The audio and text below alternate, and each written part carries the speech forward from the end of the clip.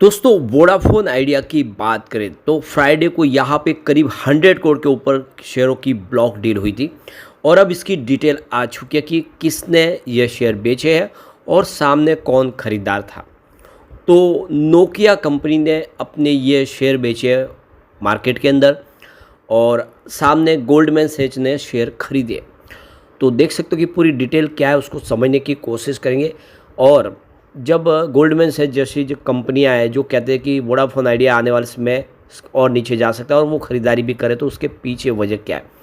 दूसरी तरफ यहाँ पे टीआरआई की तरफ से नए लेटेस्ट आंकड़े जारी किए गए कस्टमर के, जो कस्टमर बेस फरवरी में किस तरह से रहा है उसमें आप देख दो कि वोडाफोन आइडिया के कस्टमर बेस फिर से कम हुआ है, यानी कस्टमर उनसे शिफ्ट होते हुए दिखाई देंगे दूसरी कंपनियों की तरफ। तो क्या वोडाफोन आइडिया के लिए अभी भी मुसीबत बाकी है? सरकार का पूरा सपोर्ट मिल रहा है, क्या वोडाफोन आइडिया इन सारी मुसीबत से बाहर निकल पाएगा? लेकिन फ्रेंड्स उससे पहले अगर आप पहली बार हमारे चैनल पे आए तो चैनल को सब्सक्राइब कर दीजिए, एक बेल आइकॉन दबा दीजिए ताकि जब भी नया वीडियो बने पहला नोटिफिकेशन आपको मिले। वीडियो पसंद आए तो लाइक से जरूर कीजिए। चलो फ्रेंड्स वीडियो स्टार्ट करते हैं। मैं हूँ आपका दोस्त एसपी दवे और हमारे अपने चैनल ऑनलाइन कमाई में आपका बहुत बहुत स्वागत है। तो सबसे पहले फ्राइडे के कारोबार की बात करें तो 7.47 पर क्लोजिंग थी। देख सकते हो कि बीएससी पर और 5.92% की गिरावट हुई, लगभग 6% की गिरावट। तो स्टॉक में आप देख सकते हो कि तेज़ी बनी थी, शुरुआत पॉजिटिव हुई और उसके बाद में तेज़ी बनी, स्टॉक 8 रुपीज़ को क्रॉस किया। लेकिन जैसे ही एक बहुत बड़ी ब्लॉक डील हुई और भारी मात्रा में शेयर बिकवाली के लिए आए जिसकी वजह से शेयर की प्राइस गिर गई और बाजार में दबाव की स्थिति थी उसका भी निगेटिव असर देखने को मिला। पिछले कई दिनों से जो बाजार में तेज़ी का दौर जारी था उस पर गुरुवार को ही ब्रेक लग गया था और गुरुवार शुक्रवार 2 दिन बाजार गिरा जिसकी वजह से यहाँ पे बिकवाली समझ में आई और ये गिरावट हुई। तो देख सकते हो कि यहाँ पे जो बड़ी अपडेट निकल के आ रही है, Nokia solution and networks India ने एक ओपन मार्केट डील में वोडाफोन आइडिया लिमिटेड के करीब 1% हिस्सेदारी यानी 786 करोड़ शेयर बेच दिए। तो यहाँ पे करीब 102 करोड़ शेयर बेचे जिसकी कीमत 786 करोड़ के आसपास है, यानी 786। एनएससी पर बल्क डील के बारे में जो उपलब्ध आंकड़े के अनुसार Nokia solution and network India limited ने 102 करोड़ शेयर से ज़्यादा शेयर बेचे हैं जो वोडाफोन आइडिया में उनकी 0.95% की हिस्सेदारी के बराबर है, यानी लगभग 1% की हिस्सेदारी उन्होंने मार्केट में बेच दी है। शेयर औसतन 7.65 प्रति शेयर की प्राइस पे बेचे गए जिसमें कुल सौदे की कीमत 785.67 करोड़ रुपए की हो गई है। पिछले साल जून में वोडाफोन आइडिया ने घोषणा की थी कि वह नोकिया इंडिया और एरिक्सन इंडिया को उनके आंशिक बकाये का भुगतान करने के लिए 2458 करोड़ के शेयर आवंटित करेगी। तो जो बकाया बाकी था नोकिया सॉल्यूशन का वोडाफोन में, क्योंकि नोकिया इनको इक्विपमेंट प्रोवाइड करती है तो उसके बदले में उनको इक्विटी जारी की थी और वही इक्विटी इन्होंने ओपन मार्केट में बेच दी है।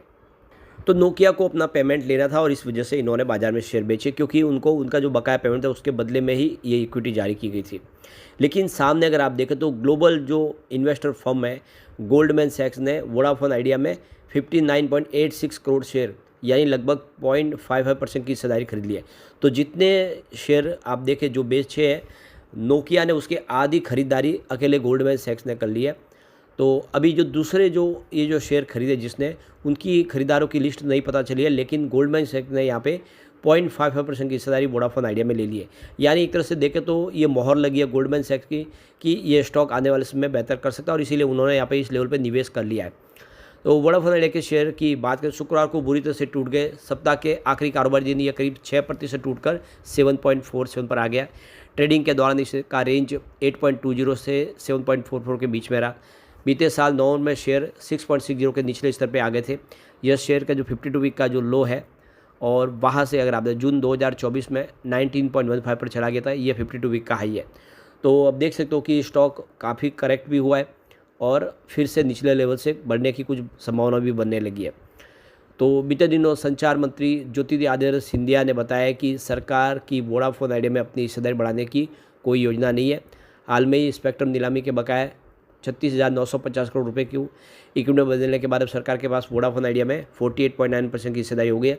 इससे पहले ये हिस्सेदारी 22.6% के आसपास थी।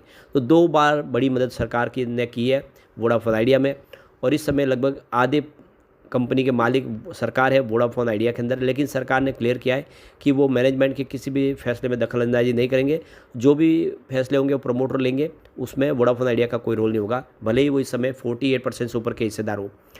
अब एक जो खबर है वोडाफोन आइडिया के लिए अच्छी नहीं है। फरवरी महीने के TRI की तरफ से डाटा जारी किया गया है और उसमें वोडाफोन आइडिया के सब्सक्राइबर फिर से कम हुए। तो ये देख सकते हो कि इंडिया की जो third largest telecom operator company है वोडाफोन आइडिया लिमिटेड, उसके सब्सक्राइबर लगातार कम हो रहे और फरवरी महीने में भी उनके सब्सक्राइबर कम हुए, जबकि रिलायंस जियो और भारतीय एयरटेल के सब्सक्राइबर संख्या में वृद्धि हुई है। तो VI ने करीब 20,720 सब्सक्राइबर और खो दिया है, और जबकि जियो की बात करें 1.76 मिलियन सब्सक्राइबर नए जुड़े, और एयरटेल की बात करूँ कि 1.59 मिलियन सब्सक्राइबर नए फरवरी महीने में ऐड हुए। तो जियो और एयरटेल में लगातार सब्सक्राइबर बढ़ रहे हैं, लेकिन वोडाफोन आइडिया में सब्सक्राइबर अभी भी घट रहे। तो देख सकते हो कि ये सबसे बड़ी प्रॉब्लम है कि 4G पूरी तरह से इनकी अभी सर्विस सब जगह पे नहीं है और 5G तो शुरू भी नहीं हुआ है, जिसकी वजह से लगातार कस्टमर कम हो रहे हैं वोडाफोन आइडिया के। तो telecom regulatory authority of India यानी TRI की तरफ से ये सारी जानकारी शेयर की गई है। इसमें यह भी कहा गया कि BSNL ने भी यहाँ पे 0.56 मिलियन सब्सक्राइबर खो दिए। तो पिछले दिनों जो कहा जा रहा था कि तीनों प्राइवेट कंपनियों ने अपने देखो कि जो पैकेज है उसकी चार्ज बढ़ा दिए, जिसकी वजह से कस्टमर BSNL की तरफ शिफ्ट हो रहे हैं, लेकिन ऐसा हुआ नहीं। BSNL के भी कस्टमर 0.56 मिलियन कम हुए, यानी जो फ़ायदा हुआ है वो रिलायंस और एयरटेल को ही हुआ है।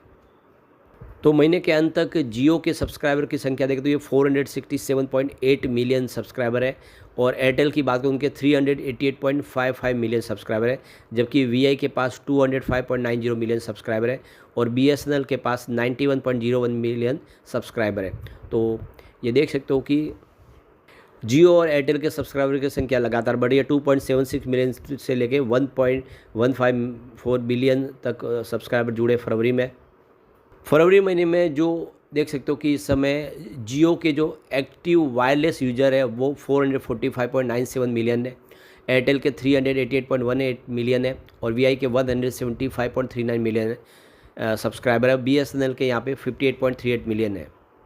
तो जियो इस समय मार्केट लीडर है वायरलेस सब्सक्राइबर की संख्या में, उनके पास 40.52% का शेयर है।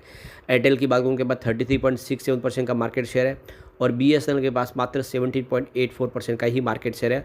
वोडाफोन आइडिया के पास 17.84% का मार्केट शेयर है, जबकि BSNL के पास मात्र 7.89% का मार्केट शेयर है। तो यहाँ पे 5G सर्विस नहीं होने की पूरा का पूरा नुकसान वोडाफोन आइडिया को, जिससे उनके कस्टमर उनसे छीन गए। अब जल्दी ही 5G सर्विस शुरू करनी होगी, ताकि आने वाले समय जो कस्टमर बेस है फिर से बढ़ जाए, और जो सब्सक्राइबर उनसे छीन गए वो वापस मिलते हुए दिखाई दे। तो वोडाफोन आइडिया को इसके लिए मेहनत करनी होगी। फिलहाल वोडाफोन आइडिया आप देख सकते हो कोशिश पूरा कर रहा है, लेकिन बहुत भारी भरकम कर्ज है, फंड की कमी है।